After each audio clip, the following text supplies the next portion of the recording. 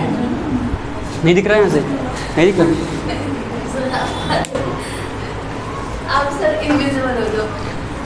मैं कैसे इनविजिबल हो सकता हूँ? चलो देखो, डिसोल्यूशन ऑफ पार्टनरशिप फॉर्म, ठीक है। The word is called dissolution का मतलब होता है कि किसी भी चीज़ को डिसॉल्व करना, ठीक है।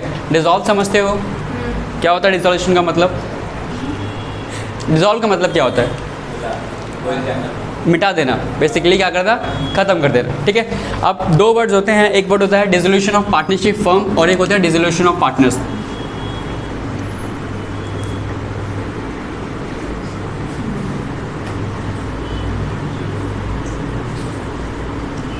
ठीक है, दो वर्ड्स हैं, डिसोल्यूशन ऑफ पार्टनर्स और dissolution of partnership firm.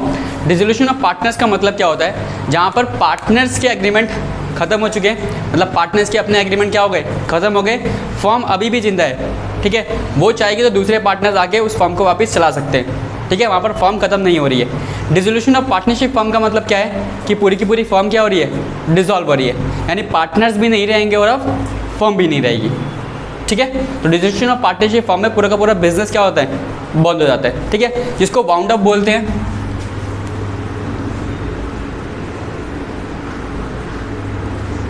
Wound up होना, ठीक है, कि बिजनेस को पूरा का पूरा क्लोज करना। अब कौन कौन से रीजन है जिसकी वजह से आपका डिसोल्यूशन जाता है, यानी डिसोल्यूशन स्टार्ट होता है, मतलब किन किन कारणों से जो फर्म है हमें क्लोज करनी पड़ जाती है और कैसे कैसे डिसोल्यूशन होता है, बताओ।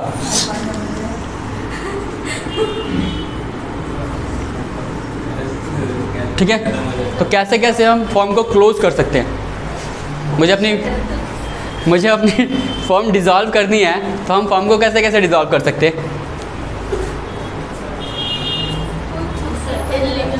देखो, पहली चीज़ तो होता है म्यूचुअल एग्रीमेंट।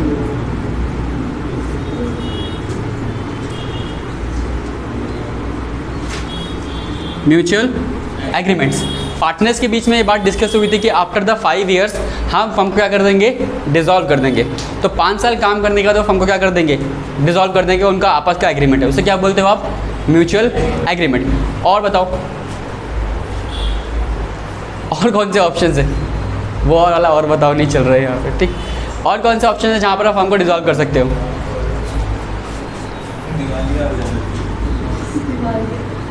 बताओ। ये तो हो गया म्यूचुअल एग्रीमेंट, ठीक है, कि पार्टनर्स ने आपस में डिसाइड किया हम फर्म को क्या कर रहे हैं, डिसॉल्व कर रहे हैं। और बताओ भाई, तुम्हें पता नहीं है क्या चीज़ें? बोलो। इनलीगल बिजनेस का क्या हो जाना, इनलीगल हो जाना, यानी जिस फॉर्म आपने पढ़ा था पार्टनरशिप की कैरेक्टरिस्टिक्स में क्या होता है कि कितने लोग चाहिए होते हैं, मिनिमम 2 लोग चाहिए, ठीक है। और बिजनेस कैसा होना चाहिए, लीगल बिजनेस होना चाहिए, ठीक है। और पार्टनरशिप किसके लिए काम करती है, हमेशा प्रॉफिट मोटिव के लिए। अगर अनप्रॉफिट मोटिव के लिए अगर काम करती है वो पार्टनरशिप फर्म नहीं कहलाती, ठीक है। तो that is totally a court decision. ये क्या होते हैं, कोर्ट्स के डिसीजन होते हैं कि आपको पार्टनरशिप को डिसॉल्व करना है या नहीं। जैसे कि अगर कोई पार्टनर क्या हो गया, अनसाउंड माइंड हो गया, मतलब मेरे फर्म में 2 ही पार्टनर हैं, कितने हैं, 2 पार्टनर्स, उनमें से एक पार्टनर क्या हो गया, अनसाउंड माइंड हो गया, तो क्या करेंगे फर्म का? अनसाउंड माइंड का मतलब समझते हो, पागल हो गया, ठीक है, क्या हो गया, पागल हो गया। तो उसकी दिमागी हालत ठीक नहीं है, तो अब वो किसी कॉन्ट्रैक्ट के अंदर एंटर नहीं हो सकता बेसिकली। तो मेरे फर्म में 2 ही पार्टनर थे, एक पार्टनर हो गया अनसाउंड माइंड, एक पार्टनर अच्छा है, तो क्या पार्टनरशिप फर्म चल सकती है? नहीं चल सकती। मिनिमम कितने पार्टनर चाहिए, 2, और दोनों एलिजिबल होने चाहिए पार्टनर के लिए। अच्छा, कौन कौन एलिजिबल होता है पार्टनर बनने के लिए? 2 मेजर पार्टनर्स। और कौन कौन एलिजिबल नहीं होता? Person of unsound mind, minor, person disqualified by law, ठीक है। ये लोग होते हैं जो पार्टनर बनने के लिए एंटर नहीं कर सकते, ठीक है। तो अगर आपका पार्टनर ही क्या हो गया, अनसाउंड माइंड हो गया, तो कोर्ट क्या कर देगी, डिसाइड कर देगी कि अब आप फर्म को नहीं चला सकते और फर्म क्या करनी पड़ेगी, बंद करनी पड़ेगी, ठीक है। या तो आपने बिजनेस क्या कर लिया है,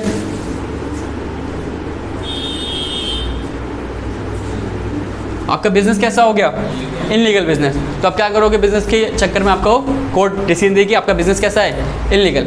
अच्छा मुझे बताओ, फॉर्म मैंने स्टार्ट करी, बिजनेस चल रहा था, सडनली वो बिजनेस इनलीगल हो गया, कैसे? बैन लग गया। बताओ, सडनली वो बिजनेस इलीगल हो गया कैसे?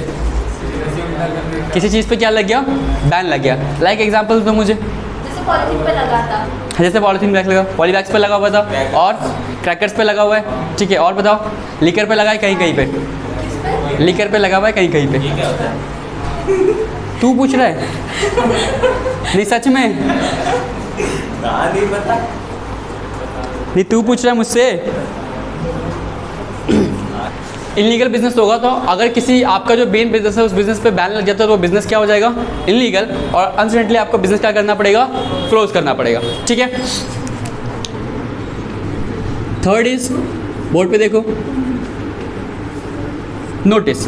बाय नोटिस, आपको जब मैं पार्टनरशिप पढ़ा रहा था तो मैंने कहा था पार्टनरशिप दो तरीके की होती है, एक नॉर्मल होती है और एक होती है पार्टनरशिप एट विल। कहते हैं किसी को पार्टनरशिप एट विल।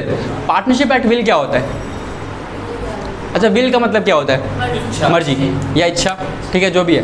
तो पार्टनरशिप एट विल का मतलब होता है कि पार्टनर चाहे तो उस फॉर्म को कभी भी डिसॉल्व कर सकते हैं बिना नोटिस देके, ठीक है। एक तो होता है जहाँ पर आपको कुछ ना कुछ रीज़न देना जरूरी है कि किस वजह से आप पार्टनरशिप डिसॉल्व कर रहे हो, वो तो नॉर्मल पार्टनरशिप है आपकी, ठीक है। लेकिन जो पार्टनरशिप एट विल होती है ना, वो पार्टनर्स चाहे तो उस पार्टनरशिप को कभी भी डिसॉल्व कर सकते हैं, एक सिर्फ नोटिस देना है उनको, क्योंकि वो पार्टनरशिप कैसी है? पार्टनरशिप एट विल की, वो उनकी मर्जी के मुताबिक चलती है। उनको अगर चलाना होगा तो चलाएंगे, नहीं तो वो नोटिस देके बंद कर देंगे। तो उसे क्या बोलते हो? Partnership at will.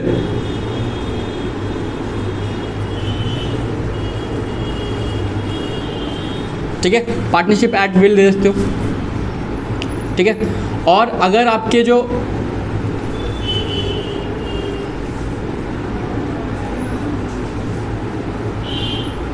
पार्टनर्स हो जाए लेस देन कितने हो जाए? 2, ठीक है। यानी नंबर ऑफ पार्टनर कितने हो जाए? Less than 2। तो भी आपको फॉर्म क्या करनी पड़ेगी? डिसॉल्व करनी पड़ेगी। तो इसे बोलते हैं कंपल्सरी डिसोल्यूशन। इसे क्या बोला जाता है? Compulsory dissolution.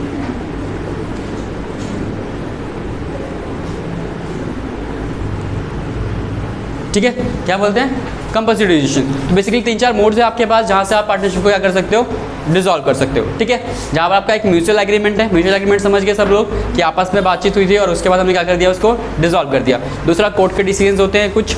Third is notice देके आप फॉर्म को डिसॉल्व कर सकते हो। एंड द फोर्थ इज, ठीक है, कंपल्सरी डिक्लेरेशन, ठीक है। और एक चीज़ होता है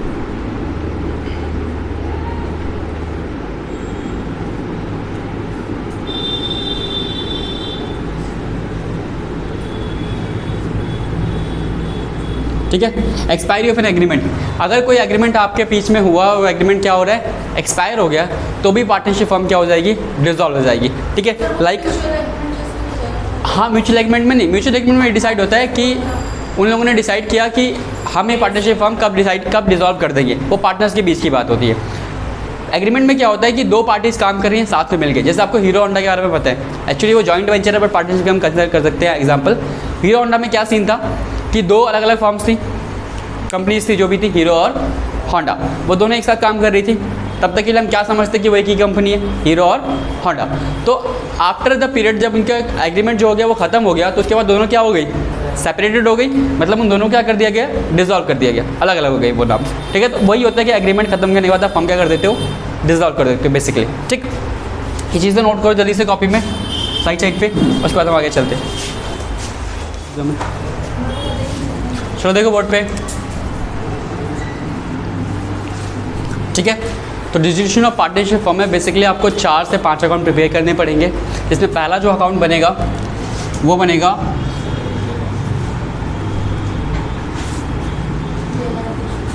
रियलाइजेशन अकाउंट, ठीक है।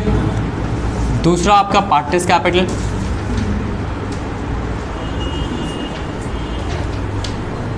And the third is loan account of partners. Fourth, bank account या फिर कैश अकाउंट, ठीक है। तो कितने अकाउंट्स प्रिपेयर करने होते हैं आपको? 4 अकाउंट्स। कौन कौन से? Realisation account, partners capital, loan account और bank account. Balance sheet prepare नहीं होती, ठीक है। बैलेंस शीट प्रिपेयर नहीं होती। क्यों नहीं होती? क्योंकि बिजनेस क्या हो रहे हैं? क्लोज हो रहे हैं। तो बिजनेस क्लोज करने का मतलब क्या है कि आपके पास जो भी एसेट्स है उसे आप क्या कर दोगे, बेच दोगे। ठीक है, एसेट्स बेचने के बाद जो पैसा आएगा उससे क्या करेंगे, पार्टी करेंगे, क्या करेंगे, क्या करेंगे बताओ, पार्टनर्स में बांटेंगे। पहले पार्टनर्स को देंगे पैसे, पहले किसको देंगे, पहले लाइबिलिटीज़ को पे करेंगे। ठीक है, पहले बाहर की जितनी भी आपने लाइबिलिटीज़ ली होगी उसको आप पे करोगे, उसके बाद पैसा बचा तो पार्टनर्स को मिलेगा, जिससे वो पार्टी करे, कुछ भी करे, हमें फ़र्क नहीं पड़ता। ठीक है, तो पहला जो लॉजिक क्या है कि आपको जितनी भी एसेट्स आपके पास पड़ी है वो सब क्या करोगे, आप सेल कर दोगे। एसेट सेल करके जो पैसा आएगा उससे आप क्या करोगे, लाइबिलिटीज़ को पे करोगे, और लाइबिलिटीज़ को पे करने के बाद अगर बैलेंस बचता है तो बैलेंस किसको मिलेगा, पार्टनर्स को मिलेगा। ठीक है, जिसमें जो मेजर कॉन्सेप्ट्स है वो आपका ये कवर करता है, रियलाइजेशन अकाउंट। पेपर में आप क्वेश्चन कैसे आएगा, या तो वो रियलाइजेशन अकाउंट बनाने को देगा, क्योंकि फुल क्वेश्चन बहुत कम आता है, बहुत ज़्यादा कम। मतलब आपसे वो रियलाइजेशन अकाउंट बनाए, पार्टनर्स कैपिटल बनाए, फिर वो बैंक अकाउंट बनवाए। ऐसा क्वेश्चन मैंने 4-5 साल पहले देखा था जब वो पेपर में आया था, तब से उससे मैंने आज नहीं देखा। अब क्वेश्चन का पैटर्न क्या होता है, अब क्वेश्चन का पैटर्न होता है उससे आपसे वो जनरल एंट्रीज पूछता है सीधा डायरेक्टली। 6 नंबर के लिए क्वेश्चन आएगा और 6 जनरल एंट्रीज पूछेगा, और कोई 6 गलत करके आते हैं सारे के सारे। ठीक है, तो जर्नल एंट्रीज पे ज़्यादा फोकस रहेगा इस चैप्टर में, क्योंकि इस चैप्टर में जो पेपर का पैटर्न है वो जनरल एंट्रीज पे ज़्यादा फोकस रहता है as compared to full question पे। फुल क्वेश्चन एग्जाम में बहुत कम टेस्ट किया था, बहुत ज़्यादा कम। ठीक है, जनरल एंट्री ज़्यादा इंपॉर्टेंट है इस चैप्टर के हिसाब से। ठीक है, और वो भी सिर्फ इस अकाउंट के लिए तो बहुत ही ज़्यादा, रिलेशन अकाउंट के लिए। ठीक, तो चलो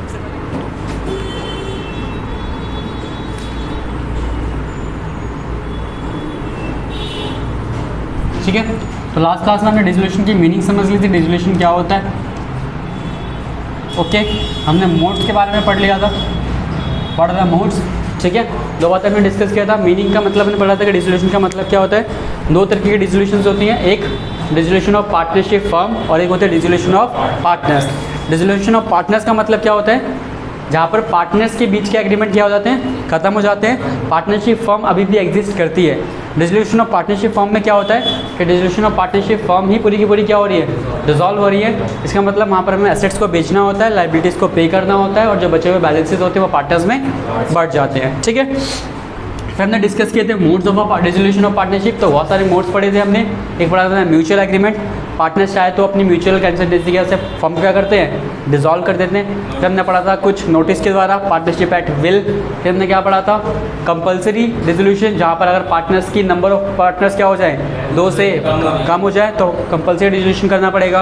और आपका बिजनेस जो है वो लीगल से इनलीगल हो जाए तो भी क्या करना पड़ेगा, कंपलसरी डिसोल्यूशन करना पड़ेगा। ठीक है, फिर हमने देखा था कि अकाउंटिंग जब हम करने जाते हैं तो अकाउंटिंग में हम लोग कितने अकाउंट्स प्रिपेयर करते हैं। एक हम प्रिपेयर करते हैं रियलाइजेशन अकाउंट, ठीक है। दूसरा हम डिस्कस करते हैं partners capital. Third is bank account. Fourth is loan account, ठीक है। तो डिसोल्यूशन के अंदर हमें टोटली 4 अकाउंट्स पढ़ने हैं आपको। कौन कौन से, रियलाइजेशन, पार्टनर्स कैपिटल, बैंक और लोन अकाउंट, ठीक है। यहाँ पर मेन और प्राइमरी फोकस हमारा किसके ऊपर रहेगा, रियलाइजेशन के ऊपर, जो कि मोस्ट इंपॉर्टेंट रहेगा इस चैप्टर के अंदर।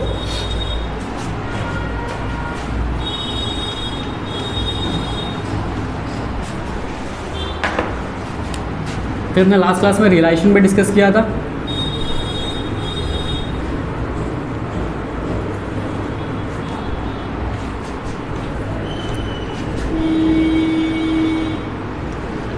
ठीक है, सबसे पहला स्टेप जो हमने पढ़ा था वो क्या पढ़ा था,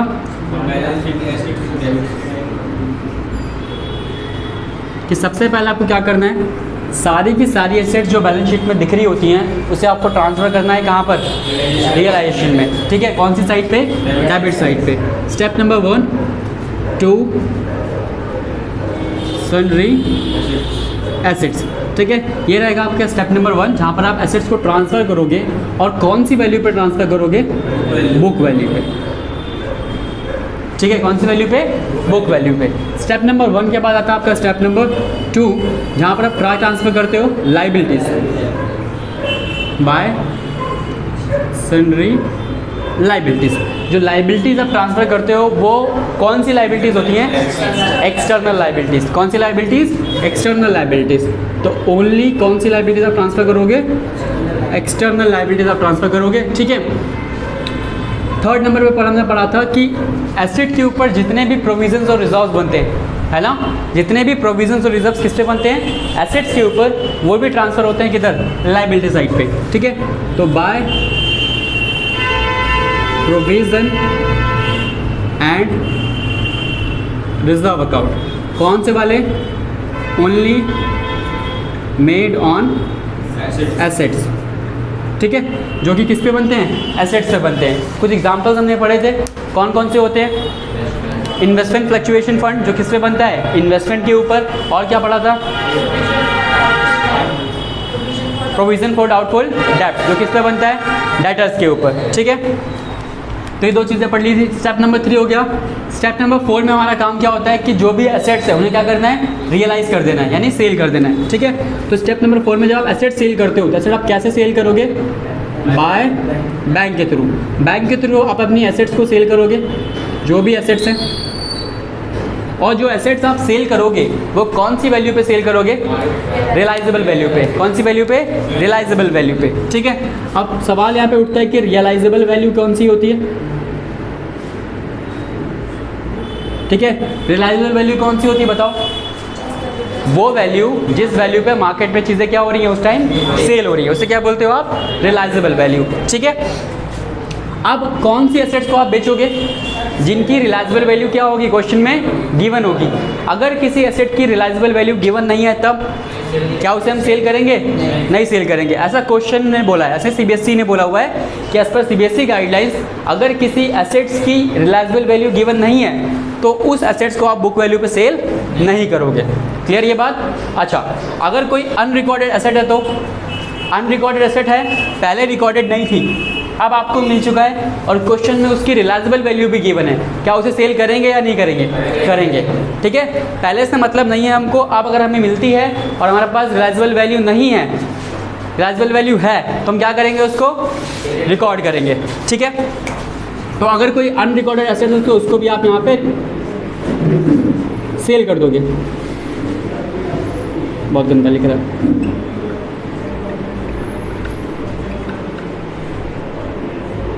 ठीक है, अनरिकॉर्डेड एसेट सेल हो जाएंगी ओनली कब? जब उसकी क्या कौन सी वैल्यू गिवन होगी? रियलाइजेबल वैल्यू गिवन होगी, ठीक है। स्टेप नंबर 4 के बाद हमने एसेट को ट्रांसफ़र किया, हमने लाइबिलिटीज को ट्रांसफ़र किया, एसेट को बेच दिया, बेचने के बाद क्या आया? पैसा आया। क्या करें उस पैसे का? लाइबिलिटीज़ को पे करेंगे। पहले किसको पे करेंगे? लाइबिलिटीज़ को पे करेंगे, ठीक है। तो जो लाइबिलिटीज है उसे आप पे करोगे। स्टेप नंबर 5 टू बैंक के थ्रू सन्ड्री लाइबिलिटीज, ठीक है। कौन सी वैल्यू पे पे करोगे? एग्रीड वैल्यू बोलो या फिर पेमेंट वैल्यू बोलो उसको, ठीक है। जिस वैल्यू पे डिसाइड हुआ हो कि इतनी पेमेंट आपको करनी है उसे क्या बोलते हैं? तो एग्रीड वैल्यू बोलोगे या फिर पेमेंट वैल्यू बोलोगे, ठीक है। तो 5 स्टेप कंप्लीट है आपके। 1 एसेट को ट्रांसफर करना, 2 लाइबिलिटीज ट्रांसफर करना, लाइबिलिटीज भी कौन सी वाली? एक्सटर्नल। 3 में आपको प्रोविजन रिजर्व ट्रांसफर करने हैं, कौन से? जो किस पे बने हैं? एसेट्स के ऊपर। स्टेप नंबर 4 में आपको एसेट्स को बेचना है, ओनली दो एसेट्स को जिसकी कौन सी वैल्यू गिवन हो? Realisable value. स्टेप नंबर 5 में आपको लाइबिलिटीज की पेमेंट करनी है जिनकी आपकी एग्रीड वैल्यू दे रखी है। अगर किसी एसेट्स लाइबिलिटी की एग्रीड वैल्यू नहीं दे रखी तो कैसे पे करेंगे उसको? बैलेंस शीट वैल्यू पे, यानी बुक वैल्यू पे, ठीक है। लाइबिलिटीज़ को हमेशा आप पे करोगे, अगर पेमेंट वैल्यू गिवन हो तो पेमेंट वैल्यू पे, अगर नहीं गिवन है तो बुक वैल्यू पे। ये बात क्लियर रहेगा, ठीक है। उसके बाद अगर कोई पार्टनर एसेट लेके जाता है, पार्टनर भी लेके आ सकता है एसेट, है ना, पार्टनर की भी चलती है तो पार्टनर भी एसेट लेके जाएगा। तो अगर पार्टनर लेके जाएगा तो एसेट उसका यहाँ पर किसका नाम आएगा? पार्टनर का। जो पार्टनर एसेट्स को लेके जाएगा उसका नाम वहाँ पर आएगा, ठीक है। एसेट तो बिकेगी, चाहे आप पैसे के थ्रू बेचो या फिर आप पार्टनर को दे दो, ठीक है। अगर आप कैश के थ्रू बेच रहे हो तो नाम किसका आएगा? बैंक का। अगर उस एसेट्स को कौन लेके जा रहा है? पार्टनर्स, तो यहाँ पे किसका नाम आएगा? पार्टनर्स का, bye partners capital account. Asset taken over, ठीक है। सिमिलरली अगर कोई पार्टनर क्या लेके जा रहा है? लाइबिलिटी लेके आ रहा है तो वहाँ पर पार्टनर का नाम आ जाएगा to partners capital liabilities taken over. ठीक है, ये पॉइंट्स हमने पढ़े थे। फिर हमने डिस्कस किया था कि अगर कोई पार्टनर है या फिर कोई क्रेडिटर है, आपकी कोई एसेट लेके जा रहा है, तो क्या उसकी एंट्री होगी? नहीं होगी। मैंने नोट्स लिखवाया था आपको कि इफ़ कोई भी लाइबिलिटी कोई एसेट के साथ सेटअप हो रही है तो उसकी कोई एंट्री नहीं होगी। ठीक है, यानी कोई क्रेडिटर आपकी कोई एसेट लेके जा रहा है अपनी लाइबिलिटी के बदले में, तो उसकी आप कोई भी एंट्री नहीं करने वाले। ठीक है, फिर हमने कहा था जो रिलेशन का सारा काम है ये क्या आप खुद करोगे? नहीं करोगे, आप खुद नहीं कर सकते। कोर्ट से एक बंदा आता है, ऑफिशियल रिसीवर, वही सारा काम करता है और उसके बदले आप उसे क्या पे करते हो? कोई ना कोई फ़ी पे करोगे। जो फ़ी फॉर्म के लिए क्या होती है? एक्सपेंडिचर्स होती है, और वो खर्चा यहाँ पर आप शो करोगे बाय बैंक के थ्रू। ठीक है, टू बैंक रियलाइजेशन एक्सपेंसेस। ठीक है, ये तो तब होता है जब आप पे करते हो। आप कौन हो? फर्म। आप कौन हो? फर्म। मान लो फर्म ने नहीं पे किया, किसी पर्टिकुलर पार्टनर ने पे कर दिया खर्चा। जैसे XYZ 3 पार्टनर्स हैं। ठीक है, XYZ 3 पार्टनर्स हैं एक फर्म के अंदर, और वाई ने क्या किया? उस ऑफिशियल रिसीवर को, जो ऑफिशियल बंदा काम करने आया था, उसको वाई ने अपनी जेब से पैसा दे दिया। तो अब फर्म के ऊपर क्या लायबिलिटी बनती है कि अब फर्म पैसे किसको देगी? वाई को। तो यहाँ पर बैंक का नाम आके क्या आएगा? To wise capital. ठीक है, तो अगर फर्म सीधा उस बंदे को पैसे कर रही है तो कैसे पे करेगी? बैंक के थ्रू। अगर सीधा उसको पेमेंट नहीं करी, किसी पार्टनर्स ने पेमेंट कर दी है, तो फर्म की जिम्मेदारी बनती है कि पार्टनर को पैसे वापस करे जाए। क्लियर है बात? तो ये सारे काम करने के बाद आपके पास क्या आएगा? या तो आपके पास प्रॉफिट आएगा या फिर लॉस कवर करोगे।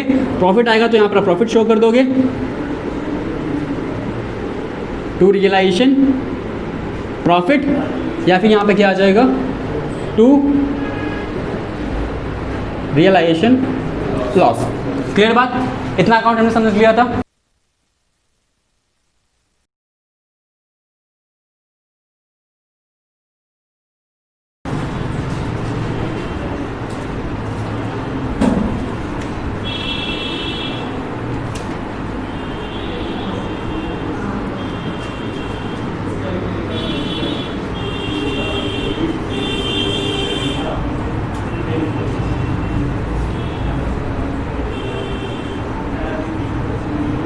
ठीक है, मैं स्टेप्स में बात करूँगा। पहला स्टेप क्या था हमारा? ट्रांसफ़र करना है हमें एसेट्स को। कहाँ पे ट्रांसफ़र करना है? रियलाइजेशन में। ठीक है, एसेट्स का बैलेंस कैसा होता है? डेबिट। ठीक है, आप एसेट्स को ट्रांसफ़र कर रहे हो कहाँ पर? रियलाइजेशन में। तो रियलाइजेशन की कौन सी साइड पे ट्रांसफ़र होता है? डेबिट साइड पे। कहाँ पे? डेबिट साइड पे। तो जर्नल क्या होना चाहिए? Realisation account debit to sundry assets account. ठीक है, क्योंकि रियलाइजेशन को डेबिट करना है किसके नाम से? एसेट्स के नाम से। ठीक है, तो वहाँ पर हो गया था अकाउंट में एंट्री। आप यहाँ पे कौन सी वैल्यूज़ पे रिकॉर्ड करोगे इनको? बुक वैल्यू पे। ठीक है, narration bank assets transfer. Clear? Step number 2, आप क्या ट्रांसफ़र करोगे? लाइबिलिटीज़। और कौन सी वाली? External liabilities. ठीक है, और साथ में हम रिजर्व भी लिख ले रहे हैं, जो किस पे बने होंगे? Made on assets. ओके, आप बताओ एंट्री क्या होनी चाहिए? रिलेशन क्रेडिट होगा। ठीक है, किसके नाम से? लाइबिलिटीज़ के नाम से। तो एंट्री होगी सन्ड्री लाइबिलिटीज़ अकाउंट डेबिट। ठीक है, रिलेशन को क्रेडिट करना है टू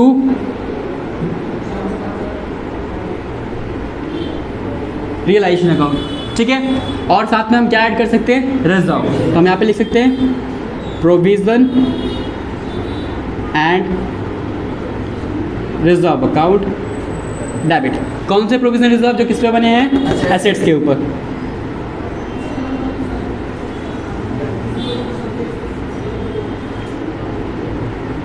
ठीक है, ये लाइबिलिटीज़ भी किस पे ट्रांसफर होंगी? हमेशा बुक वैल्यू पे। ठीक है, तो जो पहला स्टेप होगा वो आपकी किस वैल्यू पे चलेगा? बुक वैल्यू पे। ठीक है, तो आपने पहला वाला स्टेप क्लियर कर लिया। फर्स्ट सेकंड स्टेप आपके क्लियर हैं। आपने एसेट्स को ट्रांसफर कर दिया, आपने लाइबिलिटीज़ को ट्रांसफर कर दिया। ठीक है, थर्ड स्टेप क्या होता था? सेल करना। क्या होता था? सेल करना। अब एसेट सेल करने के कितने ऑप्शन हैं आपके पास? दो। कितने ऑप्शन हैं? दो। कैसे सेल करोगे? या तो आप बैंक के थ्रू सेल कर दो, या कौन लेके जाएगा उसको? पार्टनर्स लेके जाएगा। यही दो ऑप्शन हैं, इसके अलावा तीसरा कोई ऑप्शन नहीं है आपके पास, ठीक है? तो या तो आप बैंक के थ्रू सेल करोगे या फिर पार्टनर लेके जाएगा। अगर मैं एसेट को बैंक के थ्रू सेल कर रहा हूँ तो एंट्री बताओ, बताओ। Bank account debit to asset account, यही एंट्री पास करोगे ना? और एग्जाम में भी हम यही एंट्री पास करेंगे और हमारी एंट्री हो जाएंगी गलत। बिकॉज क्यों? क्योंकि आप एसेट्स को ऑलरेडी ट्रांसफर कर चुके हो। कहाँ पर? रियलाइजेशन में। तो अब आप एसेट्स का नाम नहीं लोगे। समझ में आ रही बात? पहली दोनों एंट्री में काम ही क्या किया हमने? एसेट्स और लाइबिलिटीज को कहाँ ट्रांसफर कर दिया? रियलाइजेशन में। यानी एसेट्स और लाइबिलिटीज तो खत्म हो चुकी हैं बैलेंस शीट से। अब आप एसेट्स लाइबिलिटीज का नाम नहीं लोगे। अब जब भी एसेट बिकेगी या जब भी लाइबिलिटीज बिकी तो नाम किसका आएगा? रियलाइजेशन का। ये गलतियाँ होती है जनरल में। हमारे माइंड में वो 11th वाली चीज़ें फिक्स हैं कि एसेट बेचा तो एंट्री क्या होगी? बैंक टू एसेट, और वही करके आते हैं हमेशा। और 6 मार्क्स में आपसे कुछ नहीं पूछेगा, 6 जनरल एंट्रीज पूछेगा एग्जाम में। 6 जनरल एंट्रीज सिंपल एग्जैक्ट, और 6 मार्क का क्वेश्चन आएगा। चाहे फर्स्ट टाइम में देख लेना वो चीज़ें। और कितनी मिलेंगी? 2 से 1 नंबर मिलेंगे, बाकी गलत हो जाएंगे, क्योंकि उस टाइम में माइंड क्लिक नहीं करेगा। हम वही करके आएंगे, बैंक टू एसेट, ठीक है? तो एसेट और लाइबिलिटीज को आप पहले 2 स्टेप में क्या कर चुके हो? ट्रांसफर कर चुके हो, ठीक है? स्टेप नंबर 3,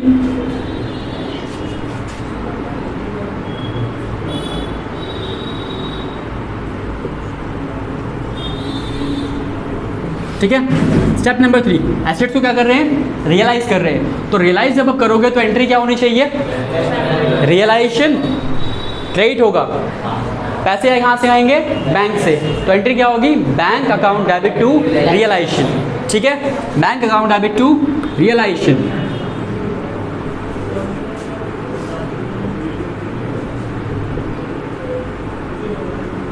ठीक है? और कौन सी वैल्यू पे बिकेंगी ये? रिलायजेबल वैल्यू पे। जब भी एंट्रीज में कंफ्यूजन हो, सीधा हिसाब किताब है, आप यहाँ पे क्या क्रिएट कर लो? रिलायजेबल अकाउंट, ठीक है? क्या क्रिएट कर लो? रिलायजेबल अकाउंट, ठीक है? सिंपली आप पहले क्या करते हो? एसेट्स को ट्रांसफर करते हो, फिर लाइबिलिटीज को ट्रांसफर करते हो। अब आप एसेट को बेच रहे हो, इधर बेचते हो ना, क्या लिखते हो? By bank. तो देखो तो क्या हो रहा है? रिलायजेबल अकाउंट क्या हो रहा है? क्रेडिट हो रहा है। किसके नाम से? बैंक के नाम से। तो बैंक क्या होगा? डेबिट होगा, और रिलायजेशन अकाउंट क्या होगा? क्रेडिट होगा। तो जब भी कंफ्यूजन लगे तो आप छोटा सा क्या कर लो? क्रिएट कर लो रिलायजेशन अकाउंट, उससे एंट्रीज गलत नहीं होंगी, ठीक है?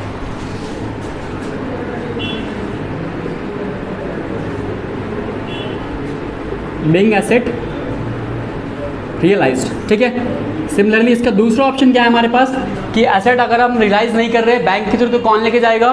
पार्टनर लेके जाएगा, ठीक है? Asset taken over by partner, okay?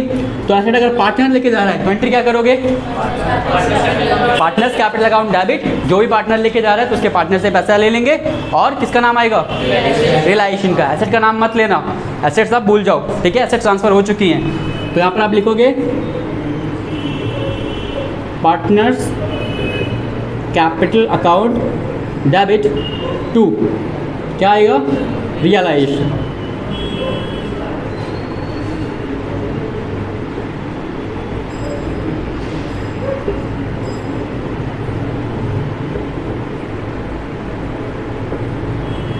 ठीक है? ये चैप्टर अगर एग्जाम पॉइंट ऑफ व्यू से देखें तो रिवाइज करने में 10 मिनट लगेगा, सिर्फ जनरल एंट्री रिवाइज करनी है एग्जाम पॉइंट ऑफ व्यू से। अगर आप एग्जाम लास्ट दिन जा रहे हैं, कुछ समझ में नहीं क्या करना है, सिर्फ जनरल एंट्रीज बढ़ के चलो बहुत है, बाकी अच्छे खासे मार्क्स आ जाएंगे, क्योंकि फुल फ्लैश क्वेश्चन इससे नहीं बनता और मैंने अभी तक देखा भी नहीं है, ठीक है? तो जो मेन फोकस तुम्हारा होना चाहिए वो इसके ऊपर होना चाहिए। अगर तुम्हारी ये ठीक है तो सब कुछ ठीक है। क्लियर? तो 4 एंट्रीज आपने कर ली है, नेक्स्ट वाली करते हैं, ठीक है? 4th entry relation of assets हुआ। अब क्या आएगा? पेमेंट ऑफ लाइबिलिटीज, ठीक है? लाइबिलिटीज को पेमेंट करोगे, बताओ कैसे पे करोगे? या तो बैंक के थ्रू पे करोगे, या कौन लेके जाएगा? पार्टनर लेके जाएगा। अगर आप बैंक के थ्रू पेमेंट करो तो एंट्री बताओ? Realisation account debit to bank. Clear? Realisation account debit to bank account. कौन सी वैल्यू आएगी यहाँ पर?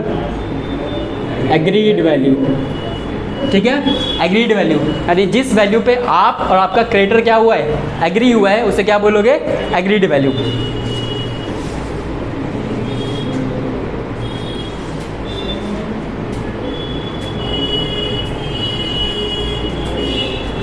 उसके बाद नेक्स्ट, अगर लाइबिलिटीज कौन लेके जा रहा है, पार्टनर लेके जा रहा है।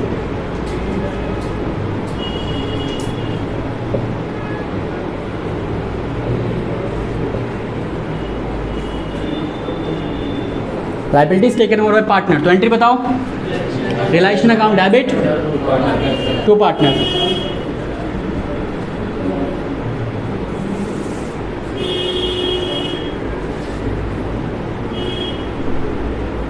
कैपिटल अकाउंट, ठीक है, सेम एग्रीड वैल्यू।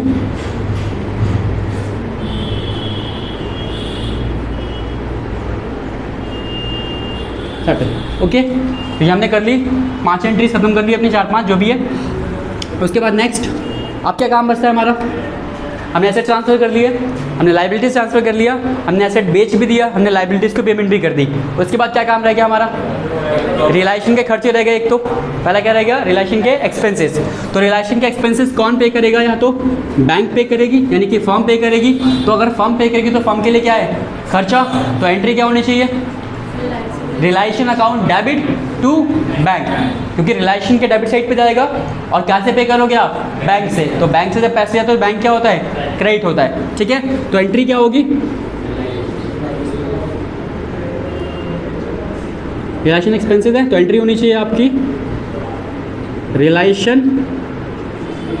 एक्सपेंसेस लिख लो, या फिर अकाउंट लिख लो यहाँ पे सीधा सीधा, relation account debit to bank account, ठीक है। क्या पे किया आपने, realisation expenses,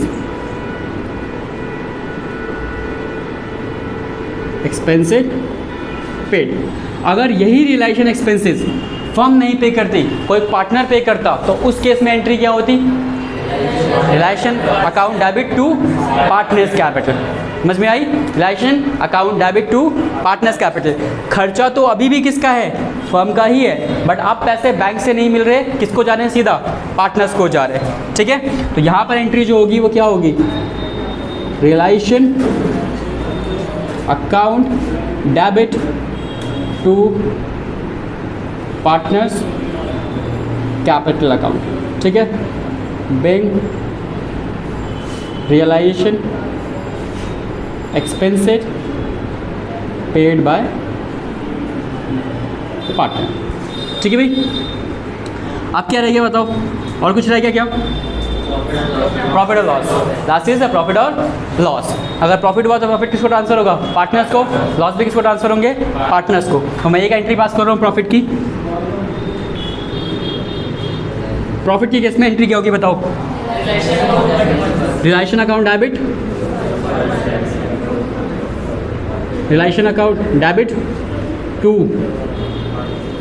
partners capital account. और लॉस की केस में ये एंट्री आप रिवर्स कर दोगे, partners capital account debit to realisation,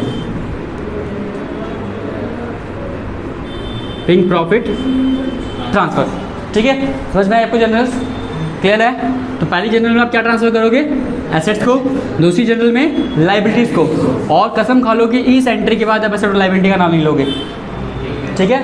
यहाँ से आप एसेट और लाइबिलिटी को भूल जाओगे, सिर्फ क्या चलेगा, रिलेशन और बैंक, रिलेशन और बैंक। यहाँ से एसेट और लाइबिलिटी का नाम खत्म है, इसके बाद आप एसेट लाइबिलिटी का नाम नहीं लोगे, क्लियर।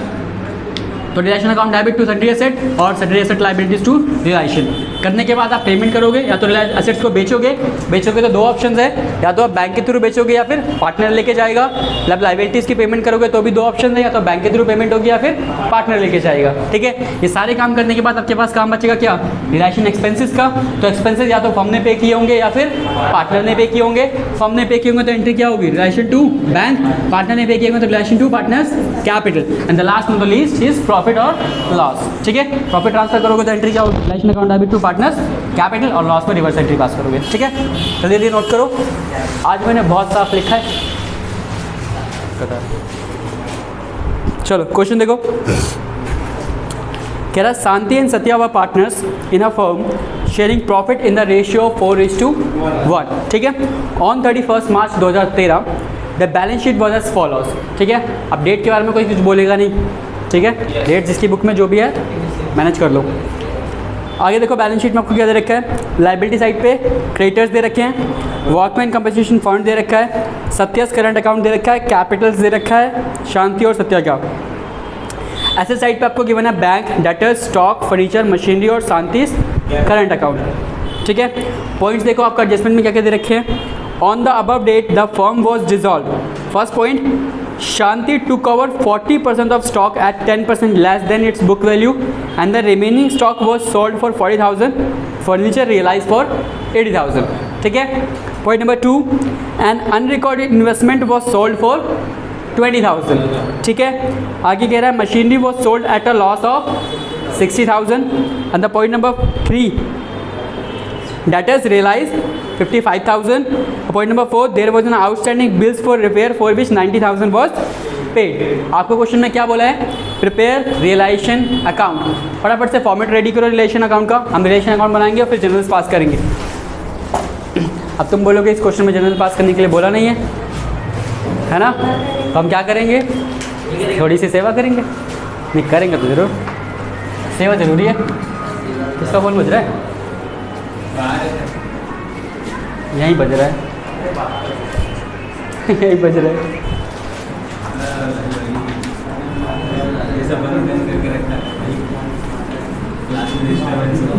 ओ तू चुप रहे, अगर तू अपना मुंह बंद कर ले तो ज़्यादा अच्छा रहेगा।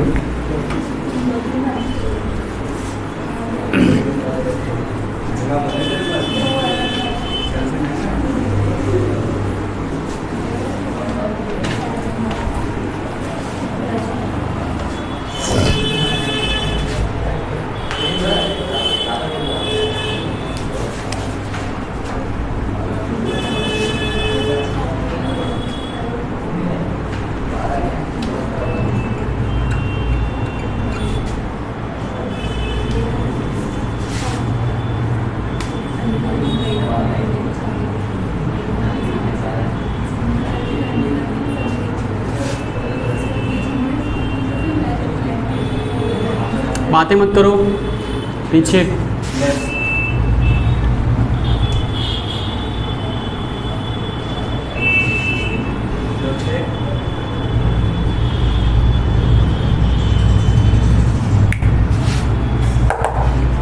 रेडी हो गया formats? Yes.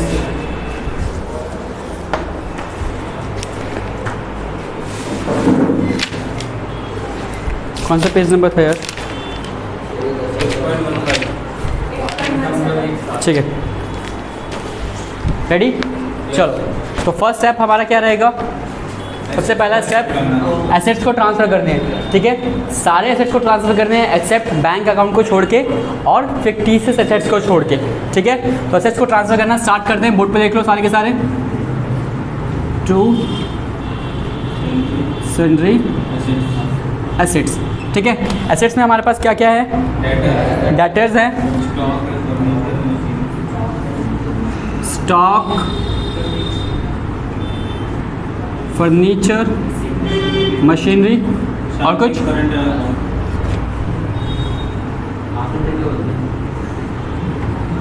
Current account transfer नहीं होता कदे, ठीक है। अब ये सारे एसेट्स की कौन सी वैल्यू रिकॉर्ड होगी, बुक वैल्यू, ठीक है। बताना स्टार्ट करो। डेटर की बुक वैल्यू 60,000, 85,000, चुप हो जाए, हिंदी में नहीं बोले। जब सारे इंग्लिश में बोल रहे हो तो बाकी को इंग्लिश में बोलना, हिंदी। हाँ 1 लाख, अगर बोलना है तो इंग्लिश में बोल। 1 लाख, 1 लाख,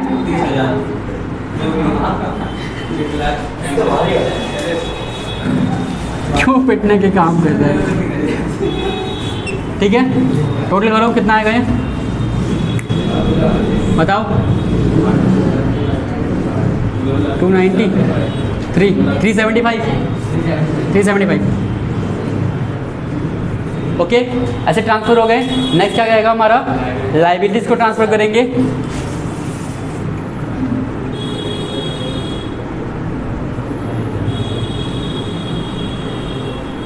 ठीक है, आपके पास लाइबिलिटीज़ में क्या क्या है चेक करो, देखो। एक्सटर्नल लाइबिलिटीज़, सिर्फ और सिर्फ एक्सटर्नल लाइबिलिटीज़ क्या है, क्रेडिटर्स हैं, सिर्फ क्या है, क्रेडिटर्स हैं, ओके। कितना अमाउंट है? 45,000।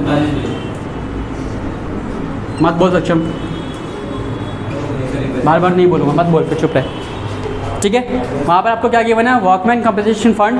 हमने कहा था रिजर्व और जो प्रोविजन है वो ट्रांसफ़र होते हैं, बट कौन से वाले? जो एसेट्स के ऊपर बनते हैं। वर्कमैन कंपनसेशन एसेट्स के ऊपर नहीं बनता, किस पे बनता है? एम्प्लॉयज़ पे। ठीक है, तो ये ट्रांसफ़र नहीं होगा। ओके, अब सेकंड हो गया, फर्स्ट स्टेप हो गया, सेकंड स्टेप हो गया। थर्ड स्टेप में क्या करते हैं? एसेट्स को सेल करते हैं। ठीक है, तो एसेट्स को सेल करना स्टार्ट करेंगे हम बाय बैंक के थ्रू। ओके, और कुछ एसेट्स कौन लेके जाएगा? पार्टनर्स लेके जाएंगे। चलो एडजस्टमेंट नंबर 1 पे आ जाओ। एडजस्टमेंट नंबर 1, पहला स्टेप क्या कह रहे हैं? Shanti took over 40% of stock at 10% less than its book value and the remaining stock was sold for 40,000। पहला हम स्टॉक की बात कर रहे हैं। देखो इधर, आपके पास जो भी स्टॉक है उस स्टॉक के दो पार्ट्स हो चुके हैं अब। एक तो 40% जो कौन ले गया? शांति। और बाकी कितना बचा? 60%। ठीक है, तो जो 40% स्टॉक है, स्टॉक की वैल्यू कितनी है? 85,000।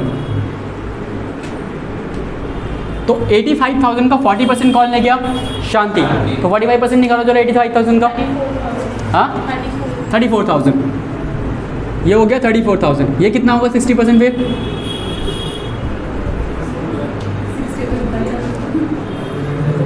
ये बचेगा 61, 51। ठीक है, ठीक है भाई। चलो बोर्ड पे देखो, तो आपके पास स्टॉक टोटल कितना था? 85, जिसमें से 40% कौन ले गया? शांति। और 60% आपने क्या कर दिया? बेच दिया। कैसे बेचा होगा? Buy back. ठीक है, अब जो शांति है ये कौन सी वैल्यू है? ये बुक वैल्यू। लेकिन शांति इसको 34,000 पर नहीं लेके जा रही। कितने पे लेके जा रही है? 10% रिड्यूस करके। 10% रिड्यूस करके। तो इसकी जो रियलाइजेबल वैल्यू है वो कितनी है? 34,000 में से कितना माइनस कर दूँ? 3400। तो क्या आ जाएगा? रियलाइजेबल वैल्यू कितनी आएगी? 30,600। ये कौन लेके गया? शांति। ठीक है, तो यहाँ पर किसका नाम आएगा? शांति का, बाय शांति कैपिटल अकाउंट। ठीक है, कितने से आएगा? 30,600। ये क्या लेके गई है? स्टॉक लेके गया। ठीक है, सेकंड जो 60% स्टॉक बच गया, कितनी वैल्यू है उसकी? 51,000। ये कौन सी वैल्यू है? Book value. लेकिन ये कितने में बिक रहा है? 40,000 का। तो आपकी जो रियलाइजेबल वैल्यू है वो कितनी है? 40,000। ठीक है, कितनी है? 40,000। तो बैंक को कितना पैसा मिलेगा? 40,000। तो यहाँ पर जो बैंक में स्टॉक आएगा वो कितने का आएगा? 40,000 का। समझ में आया पॉइंट? जब भी ऐसे पॉइंट्स आएंगे तो आप उसको 2 या 3 पार्ट्स में रिड्यूस कर लोगे आराम से। क्लियर? अब देखो एडजस्टमेंट नंबर 2। एडजस्टमेंट नंबर 2 निकालो। फर्नीचर वहीं पर है। ठीक है, फर्नीचर कितने से रिड्यूस हो रहा है और फर्नीचर कितने में रियलाइज हो रहा है? 80,000। तो फर्नीचर की तो आपको क्लियर रियलाइजेबल वैल्यू गिवन है ना? तो सीधा आप फर्नीचर लिख सकते हो यहाँ पे।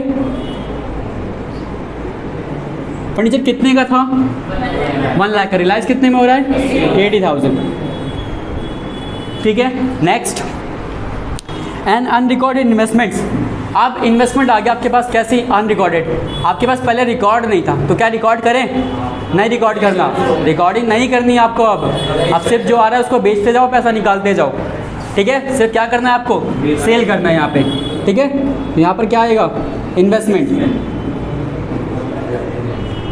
कितने का बेचा आपने इन्वेस्टमेंट? 80,000, 20,000। और क्या है? मशीनरी। मशीनरी बेचा हमने कितने में? सर 70,000।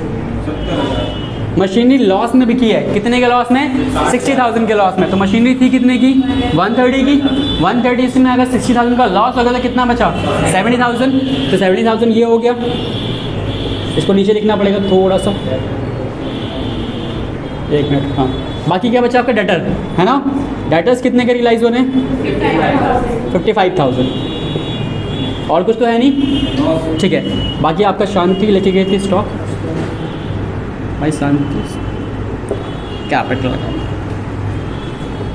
चलो टोटल करो इसको फटाफट से। 80, 21, 1,40,000, 1,40,000, 70, 2,10,000, 2,10,000 265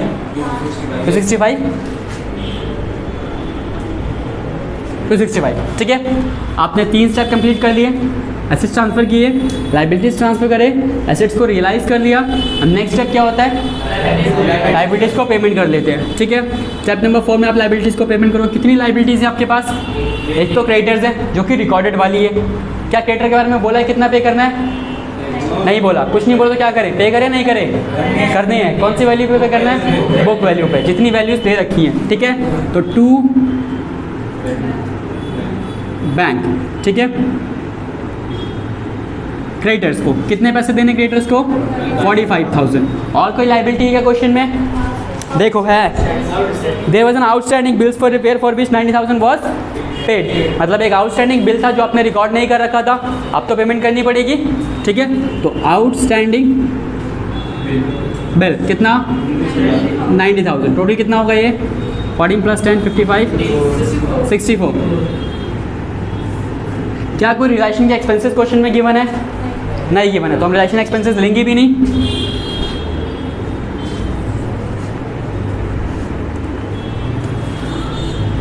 टोटल कर दो फटाफट से, बताओ।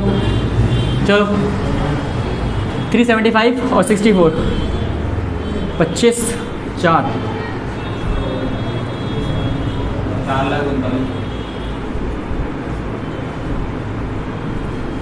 4,39,000। उधर कितना है? 3406 कितना है? 3406 340600। ये आ रहा है, तो इसमें से माइनस कर दो 439 में से।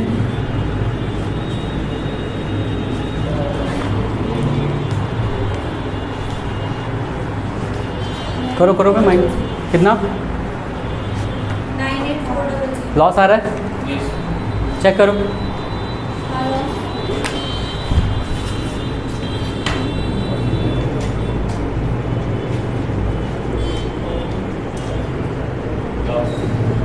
$98400, that is your balancing figure, ठीक है। And that loss should be transfer to partners में, ठीक है। जो भी पार्टनर्स होंगे, शांति और कौन कौन से पार्टनर हैं? शांति और सत्या। सत्या रेशियो देखिए क्वेश्चन में क्या? 4:1।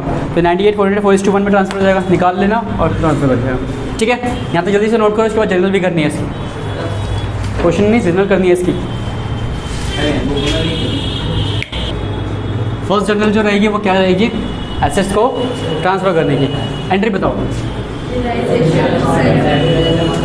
Realisation account debit. क्या क्या ट्रांसफ़र कर रहे हैं हम? डेटर्स, स्टॉक, फर्नीचर और मशीनरी, ठीक है। To debtors, stock, furniture, machinery. Debtor का अमाउंट 60,000, 85,000 और टोटल कितना है हमारा? 375, ठीक है।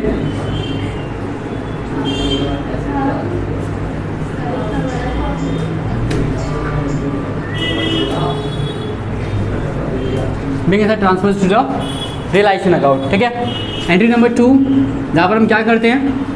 लाइबिलिटीज़ को ट्रांसफ़र करते हैं। कहाँ पर? रियलाइजेशन में। एंट्री क्या होती है? Liability account debit to realisation. यहाँ पर कितनी लाइबिलिटीज़ है? एक है, तो एंट्री होगी creditors account debit to realisation account and the amount is 45,000, ठीक है। हम नरेशन नहीं लिख रहा हूँ, मैं थक गया हूँ, ठीक है। पॉइंट नंबर 3, 2 पॉइंट्स हो गए।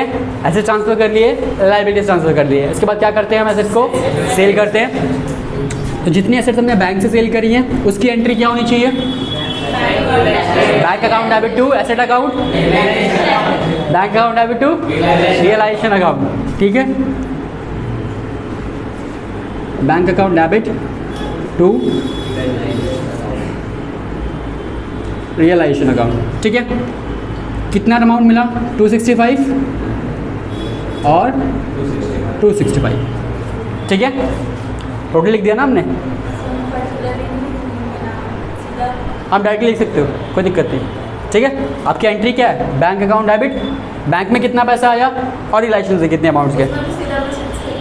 हाँ तो एसेट कर तो दिया सीधा, इसके अंदर यहाँ पर नहीं कर सकते आप। वहाँ पर आप पर्टिकुलर एसेट्स को ट्रांसफ़र करते हो, वहाँ पर आप पर्टिकुलर एसेट्स के नाम लिखोगे, यहाँ पर आप ऐसा कर सकते हो। ठीक है, एंट्री नंबर 4, आपने बैंक से एंट्री पास एसेट बेच दी थी, उसके बाद एसेट कौन लेके गया था? शांति। तो एंट्री क्या होगा? Shanti capital account debit to realisation.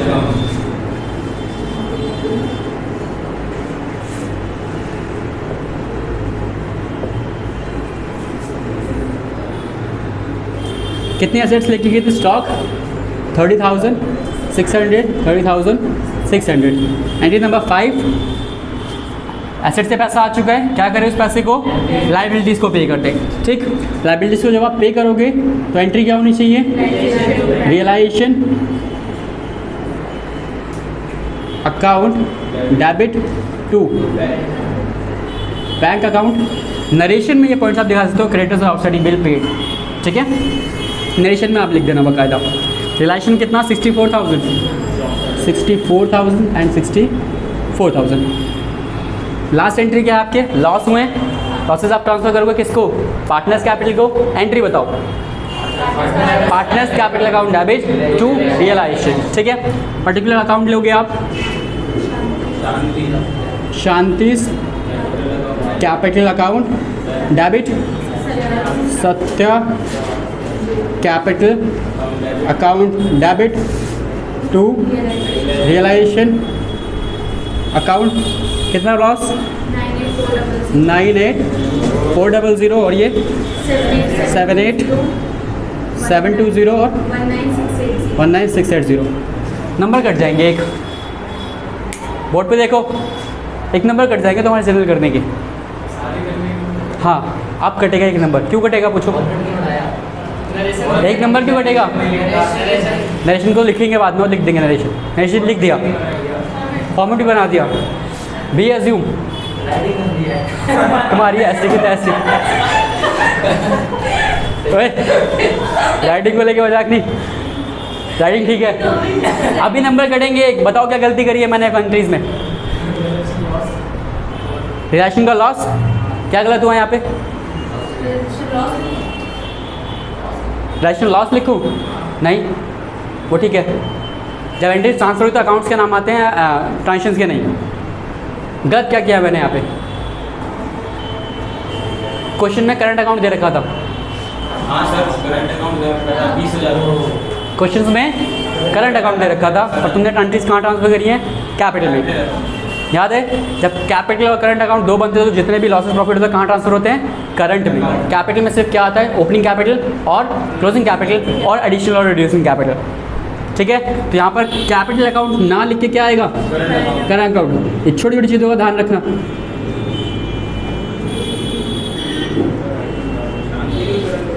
सारा क्वेश्चन करके आओगे, 6 नंबर का क्वेश्चन होगा, मस्त तुम्हें लगेगा 6 नंबर मिलेंगे, लेकिन मिलेंगे नहीं।